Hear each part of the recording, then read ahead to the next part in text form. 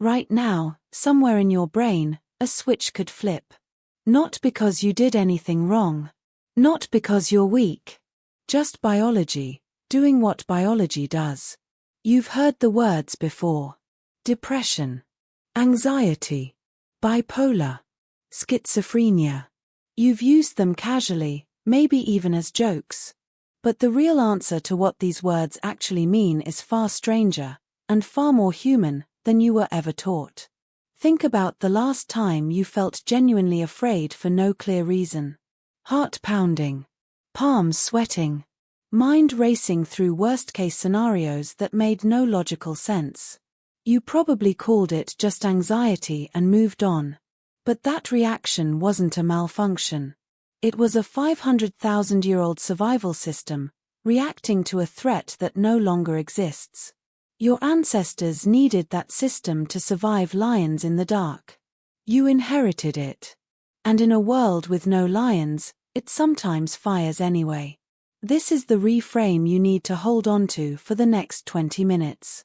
Mental disorders are not glitches in an otherwise perfect machine.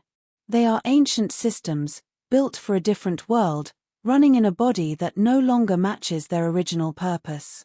Once you see them this way, everything about the human mind starts to make a strange kind of sense. Let's go back.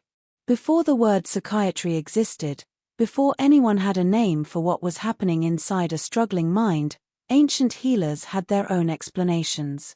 In Mesopotamia, unusual behavior was often blamed on angry spirits sent to punish a household. In ancient Egypt, priests prescribed rest near temples, hoping the gods would restore balance. In ancient Greece, the physician Hippocrates proposed something radical for his time.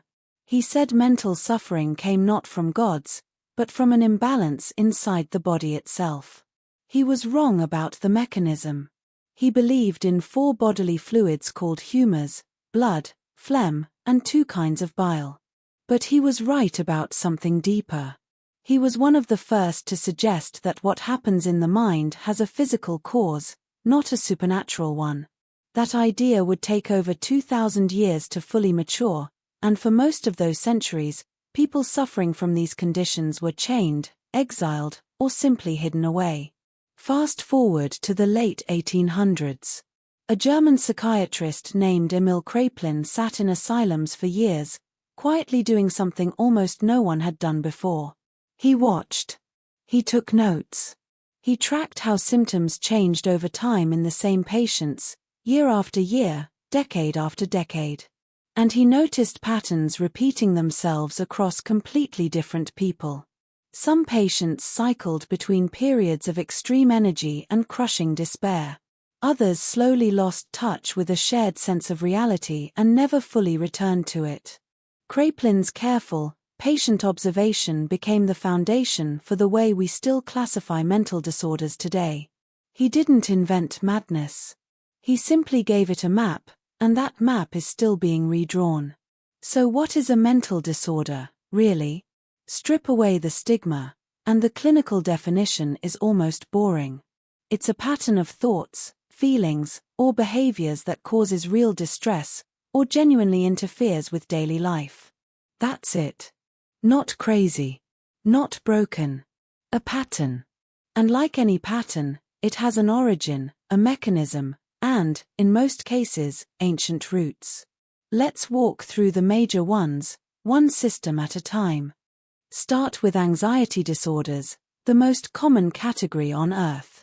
Your brain has a built-in alarm system centered in a small almond-shaped structure called the amygdala. When it senses danger, it floods your body with stress hormones in a fraction of a second, faster than your conscious mind can even register the threat.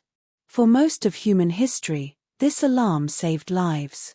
It made your ancestors freeze at a rustle in the grass before they consciously knew why.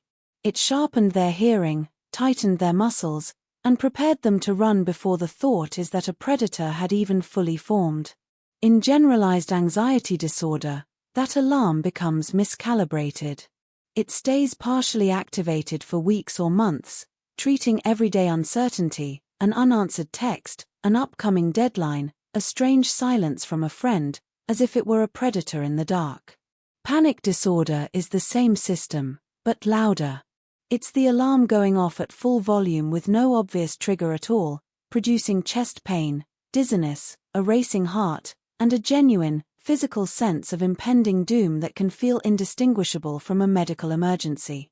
Social anxiety is that same circuitry aimed inward, treating the judgment of a group, once a genuine survival threat when exile from the tribe could mean death, as a 5-alarm fire in a world where being disliked online no longer determines whether you eat tonight. Specific phobias tell a similar story, but with an interesting evolutionary fingerprint attached. Researchers have long noticed that phobias aren't evenly distributed across possible dangers. Far more people develop intense fears of snakes, spiders, heights, and storms than of objectively more dangerous modern threats like electrical outlets or speeding cars. The psychologist Martin Seligman proposed an explanation he called preparedness theory. Your brain, he argued, comes preloaded with a short list of ancient dangers, threats that repeatedly killed or injured your ancestors over hundreds of thousands of years. A fear of snakes could be learned in a single frightening encounter and passed down the generations, while a fear of something genuinely more dangerous today, like a car, has to be learned slowly, because cars simply haven't existed long enough for evolution to hardwire a response to them. Your phobia, in other words, might not be irrational at all. It might be a message from a version of your species that lived in a very different world. Now consider mood disorders. Depression isn't just sadness stretched out over time. Functional brain imaging shows that in depression, the prefrontal cortex, the part of your brain responsible for planning, motivation, and future thinking, often shows reduced activity, while regions tied to rumination and self-criticism can become overactive. You get stuck. Not because you're lazy, because the machinery responsible for pushing you forward is, quite literally, running on lower power, while the machinery responsible for replaying your worst thoughts is running on overdrive. Some researchers even propose an unsettling evolutionary theory that low mood, in small doses, may have once served a purpose, forcing our ancestors to withdraw, conserve energy, and reassess a failing strategy after a serious setback. A useful signal, stuck permanently in the on position. The psychologist Beck, working with depressed patients in the 1960s, noticed something that seems obvious now but was groundbreaking at the time. His patients weren't just sad. They were caught inside distorted, automatic thoughts, quiet inner narrations insisting that failure was total, permanent, and entirely their fault. Beck realized these thoughts weren't the result of depression. In many cases, they were feeding it, a feedback loop between a brain running low on motivation and a mind narrating that shortage as proof of personal worthlessness. That single insight reshaped how depression is treated worldwide, shifting focus toward interrupting the loop itself rather than simply waiting for the mood to lift on its own. Bipolar disorder tells a different story. Here, the brain doesn't stay low. It swings, sometimes dramatically, between depressive episodes and periods of mania, marked by racing thoughts, reduced need for sleep, grandiose confidence, and a surge of energy that can feel euphoric until it becomes dangerous, fueling impulsive decisions that can unravel a life in days. The American psychiatrist K. Redfield Jameson, who lived with bipolar disorder herself, spent her career studying this exact pattern, and she described something important. The same neural intensity that fuels the crash can also fuel extraordinary bursts of creativity and drive. The switch cuts both ways, and history is full of artists, writers, and leaders who lived, and sometimes died, inside that same swing. Then there's schizophrenia, perhaps the most misunderstood disorder of all. Popular culture paints it as split personality. It isn't. It's a disorder where the brain's filtering system, the one that normally separates internal thoughts from external reality, starts to break down. Voices can feel as real as a person standing in the room. Beliefs can form with total conviction, even when they contradict the shared world everyone else sees. Researchers now understand this involves disruptions in dopamine signaling, chemical messengers that help your brain decide what information deserves attention and what should fade into background noise. When that filter fails, the mind can't tell the difference between a genuine signal and static. Imagine trying to hold a conversation while a radio blares directly into your thoughts, competing for the same attention as the person in front of you. That's closer to the lived reality than any movie villain trope, and it usually emerges not from weakness, but from a nervous system genuinely overwhelmed by unfiltered input. Obsessive-compulsive disorder works differently again. Your brain has a built-in something feels wrong detector, useful for noticing an unlocked door or an unfinished task before it becomes a real problem. In OCD, that detector gets stuck in the on position. An intrusive thought, "Did I lock the door?" arrives, and instead of fading like it does for most people within seconds, it loops. Checking brings brief relief. The relief fades within minutes. The loop restarts, sometimes dozens of times a day. Neuroimaging studies have shown heightened activity in a specific brain circuit connecting the orbitofrontal cortex to deeper structures involved in habit and threat detection, a loop that essentially cannot switch itself off without outside help, medical or behavioral. Post-traumatic stress disorder is your survival memory doing its job too well. After a genuinely dangerous event, your brain is biologically driven to remember every detail, every sound, every smell, so you can avoid that danger in the future. That's useful after one encounter with real, immediate danger. It becomes agonizing when the danger was a car crash, an assault, or combat, and the memory keeps replaying as if the threat is still present, years later, in a grocery store or a quiet bedroom. The psychiatrist Judith Herman spent decades studying trauma survivors and documented something crucial. The symptoms of PTSD, hypervigilance, flashbacks, emotional numbing, aren't signs of a broken person. They're signs of a threat detection system that never received the memo that the danger has passed, still standing guard long after the war is over. Personality disorders are different still. These aren't episodes that come and go. They're deeply ingrained patterns in how someone relates to themselves and others, patterns that usually form early in life, shaped by a mix of genetic temperament and formative relationships. Someone living with borderline personality disorder, for instance, often experiences emotions with extraordinary intensity, alongside a deep fear of abandonment, a nervous system that reacts to the possibility of rejection almost as strongly as it would react to physical danger, turning small relational shifts into moments that feel like survival itself is at stake. Attention deficit hyperactivity disorder belongs on this list too, though it's often dismissed as simple restlessness. At its core, it involves differences in the brain's dopamine pathways, the same reward chemistry involved in motivation and focus. For someone with ADHD, tasks that feel urgent and interesting can capture total, effortless attention, while tasks that feel routine or delayed in reward can feel almost physically impossible to start, not from laziness, but from a brain wired to respond far more strongly to immediate stimulation than to distant deadlines. Addiction, too, runs through this same reward circuitry. Every human brain releases a chemical messenger called dopamine when something rewarding happens: food, connection, achievement. It's the system that taught your ancestors to seek out calories and companionship, both essential for survival. Addictive substances and behaviors hijack that exact system, flooding it far beyond what any natural reward could produce, and over time, the brain adjusts, needing more and more just to feel normal. What looks like a lack of willpower is, at a biological level, a survival circuit responding exactly as it evolved to respond, just to the wrong target. And eating disorders sit at the intersection of biology, psychology, and culture, where the brain's reward and control systems become entangled with body image and a need for a sense of control, often intensifying during periods of stress or major life transitions, and shaped as much by the environment a person grows up in as by the wiring they were born with. Here's the twist that changes how you should see all of this.